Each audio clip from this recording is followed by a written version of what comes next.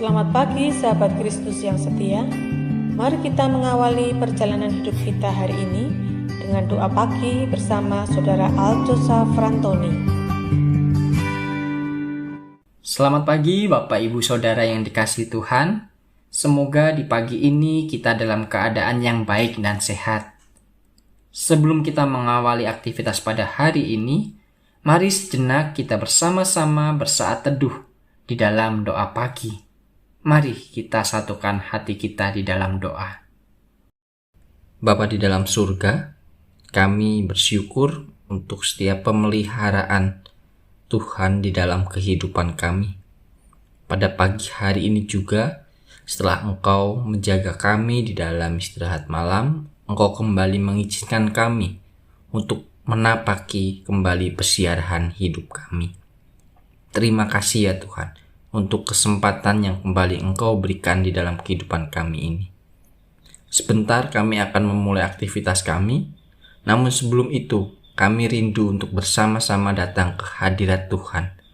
Kami rindu mendengar sapaan lembut kasih Tuhan melalui firman Tuhan yang senantiasa kami renungkan pagi, siang, dan malam. Pimpin kami Roh Kudus di dalam memahami firman-Mu. Biarlah firman-Mu boleh kami pahami dengan baik dan tetap tinggal dan kami pelihara di dalam kehidupan kami hari lepas hari. Terpujilah Engkau ya Allah yang kami kenal dan kami sembah di dalam nama Bapa, Anak, dan Roh Kudus. Amin. Sahabat, sebelum kita bersama-sama mendengarkan firman Tuhan, mari kita mengangkat sebuah pujian dari NKB nomor 21, Ku Diberikan Kidung Baru. Bersama Bapak Devian dan Saudari Nevi akan memandu kita menyanyikan pujian tersebut.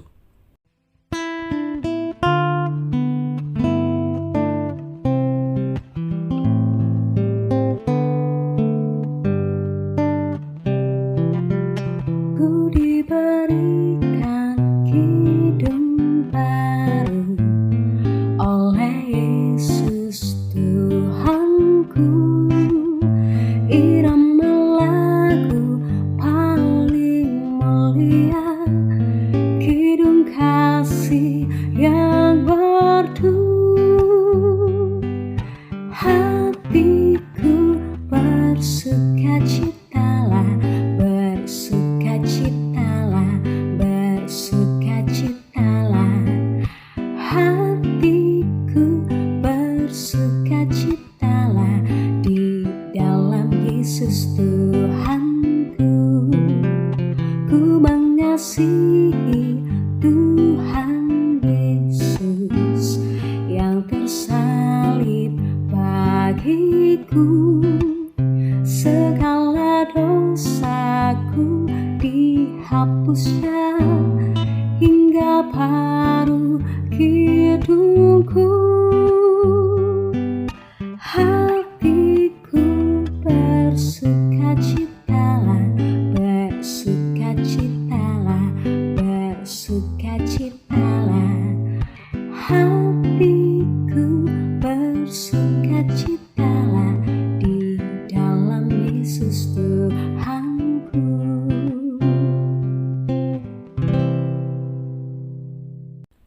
Firman Tuhan yang akan kita renungkan diambil dari Markus pasal 10 ayat yang ke-25. Markus pasal 10 ayat yang ke-25. Lebih mudah seekor unta melewati lubang jarum daripada seorang kaya masuk ke dalam kerajaan Allah. Demikianlah firman Tuhan. Sahabat yang dikasihi Tuhan, kita tahu bersama bahwa lubang jarum yang dimaksud dalam firman Tuhan tersebut bukanlah lubang jarum yang seringkali kita gunakan untuk menjahit. Betul ya? Melainkan adalah sebuah tempat yang ada di Israel pada waktu itu. Nah, apa yang dapat kita lakukan untuk mendatangkan kebahagiaan? Sebenarnya tidak ada yang dapat kita lakukan Bapak Ibu Saudara. Mengapa? Sederhana sekali, kita sudah bahagia sekarang ini. Jadi apa perlunya mencari sesuatu yang sudah kita miliki? Namun akan tetapi, mengapa kita kok tidak dapat merasakan kebahagiaan yang katanya sudah kita miliki itu? Jawabannya adalah sebab karena pikiran kita selalu menciptakan ketidakbahagiaan. Saya ulangi, karena pikiran kita lah yang selalu menciptakan ketidakbahagiaan. Maka dari itu, agar kita tetap dapat bahagia, mari kita membuang ketidakbahagiaan dari pikiran kita, dan secara otomatis maka kebahagiaan yang telah kita miliki akan segera muncul. Sebuah pertanyaan menanyakan kepada kita, bagaimana orang dapat melepaskan ketidakbahagiaan? Mari kita coba cari, kita temukan penyebabnya dan lihat dengan sabar. Ketidakbahagiaan akan secara otomatis hilang ketika kita mau melepaskan pikiran-pikiran tersebut. Kita akan mengetahui bahwa hanya ada satu hal yang menyebabkan ketidakbahagiaan itu. Sesuatu itu bernama kelekatan. Apakah yang disebut kelekatan? Kelekatan ialah ketergantungan emosional yang disebabkan oleh keyakinan bahwa tanpa sesuatu atau pribadi tertentu, kita tidak dapat bahagia. Ketergantungan emosional ini terdiri dari dua unsur positif dan juga unsur negatif. Unsur positifnya adalah percikan kesenangan, kegembiraan, dan debaran hati yang kita alami ketika kita mendapatkan objek kelekatan itu.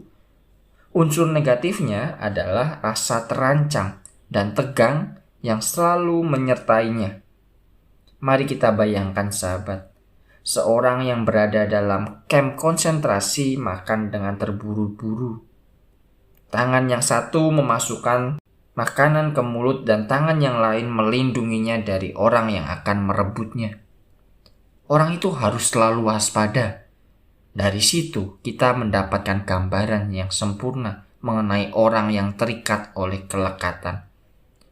Kelekatan membuat ia mudah dilanda kekacauan emosional, hingga ia tidak pernah sungguh-sungguh damai. Bagaimana mungkin kita dapat mengharapkan orang seperti itu masuk ke dalam samudera kebahagiaan yang disebut kerajaan Allah?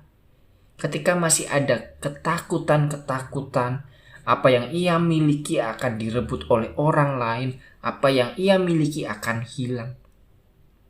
Bagaimana mungkin sahabat, kita mengharapkan seekor unta masuk melalui lubang jarum?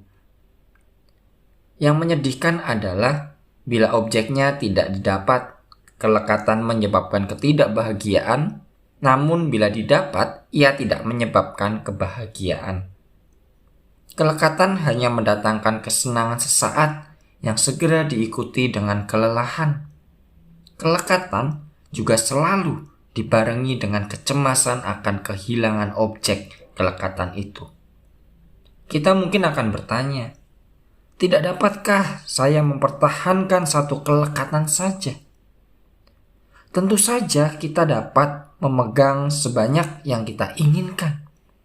Tetapi untuk masing-masing kelekatan itu kita harus membayar dengan jelas hilangnya kebahagiaan kita. Mari kita pikirkan. Hakikat kelekatan itu sedemikian rupa sehingga satu kelekatan saja yang tidak terpuaskan akan menyiksa pikiran dan membuat kita menjadi tidak bahagia. Ini akan tetap terjadi bahkan seandainya kita telah berupaya memuaskan mereka sepanjang hari. Tidak ada cara untuk memenangkan pertempuran melawan kelekatan-kelekatan itu, seperti upaya mencari air tanpa basah. Demikian juga mencari kelekatan tanpa ketidakbahagiaan adalah mustahil. Tak ada seorang pun di dunia ini yang mampu merumuskan kiat untuk mempertahankan objek-objek kelekatan tanpa banting tulang, tanpa kecemasan, tanpa ketakutan, dan cepat atau lambat kita akan merasa kalah. Namun sahabat, hanya ada satu cara untuk memenangkan diri kita dari pertempuran melawan kelekatan-kelekatan itu, yaitu melepaskan mereka. Lepaskanlah mereka. Bertentangan dengan keyakinan umum, melepaskan mereka itu ternyata mudah. Yang perlu kita lakukan adalah melihat, tetapi harus sungguh-sungguh melihat kebenaran berikut ini. Kebenaran yang pertama adalah kita sedang berpegang pada keyakinan palsu, yaitu keyakinan bahwa tanpa pribadi atau benda tertentu, kita tidak akan bahagia. Maka pelajarilah kelekatan kita satu persatu dan lihatlah kekeliruan keyakinan itu. Kita mungkin akan menghadapi perlawanan dari hati kita, tetapi saat kita sungguh melihatnya akan langsung terjadi perubahan emosional. Dan pada saat itu juga hilanglah pengaruh kelekatan. Kebenaran yang kedua, sahabat, bila kita menikmati sesuatu tetapi menolak terlekat padanya dan menolak memegang keyakinan palsu itu, maka kita terhindar dari semua susah payah dan ketegangan emosional karena harus mempertahankannya. Sudah dapatkah kita mempertahankan semua objek kelekatan tanpa menyingkirkan atau meninggalkan satu pun dari mereka? Sudah dapatkah kita menikmati mereka tanpa kelekatan, tanpa ketergantungan? Karena kini kita damai, kita rileks dan tidak terancam. Kebenaran yang ketiga dan yang terakhir, bila Anda atau bila kita belajar untuk menikmati wangi-wangian 1000 bunga, kita tidak akan tergantung pada satu bunga hingga menderita manakala kita tidak dapat memperolehnya. Bila kita memiliki 1000 piring favorit, kehilangan satu tidak akan terasa dan tidak akan mengurangi kebahagiaan kita. Dalam terang 3 kebenaran tersebut, sahabat, tidak satu kelekatan pun dapat bertahan. Terang kesadaran harus bersinar tanpa henti agar sungguh berdampak dan efektif. Kelekatan hanya dapat hidup dan tumbuh subur dalam kegelapan ilusi. Orang kaya tidak dapat masuk ke dalam kerajaan bahagia bukan karena ia ingin menjadi jahat, melainkan karena memilih menjadi buta. Amin.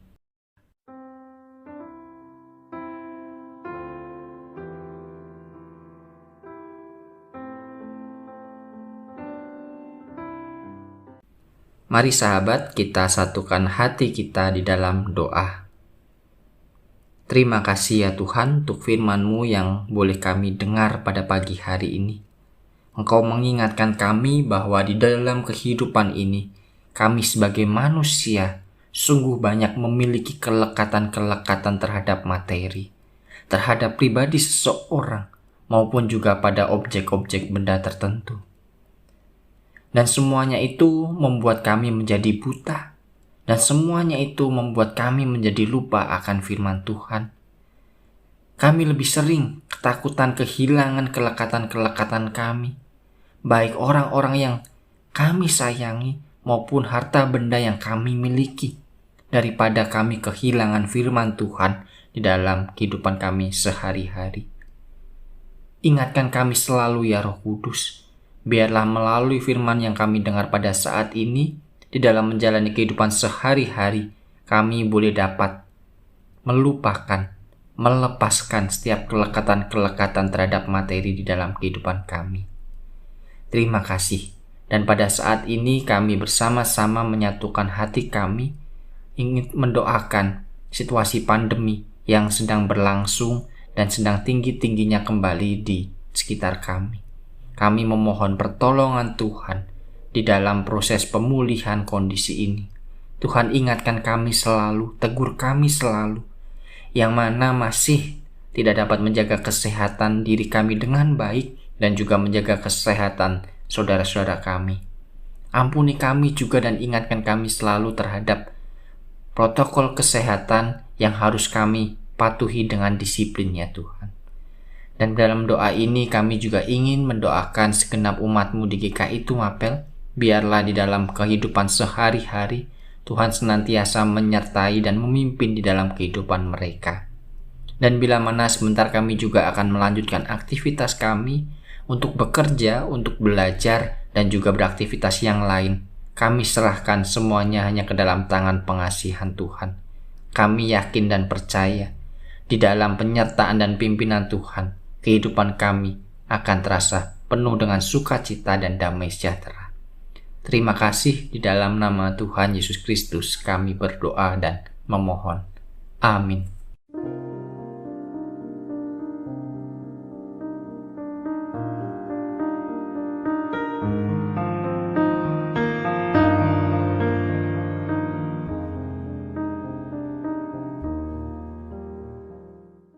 Sahabat, doa pagi kita telah usai. Selamat beraktivitas, tetap disiplin di dalam menerapkan protokol kesehatan. Tuhan Yesus memberkati.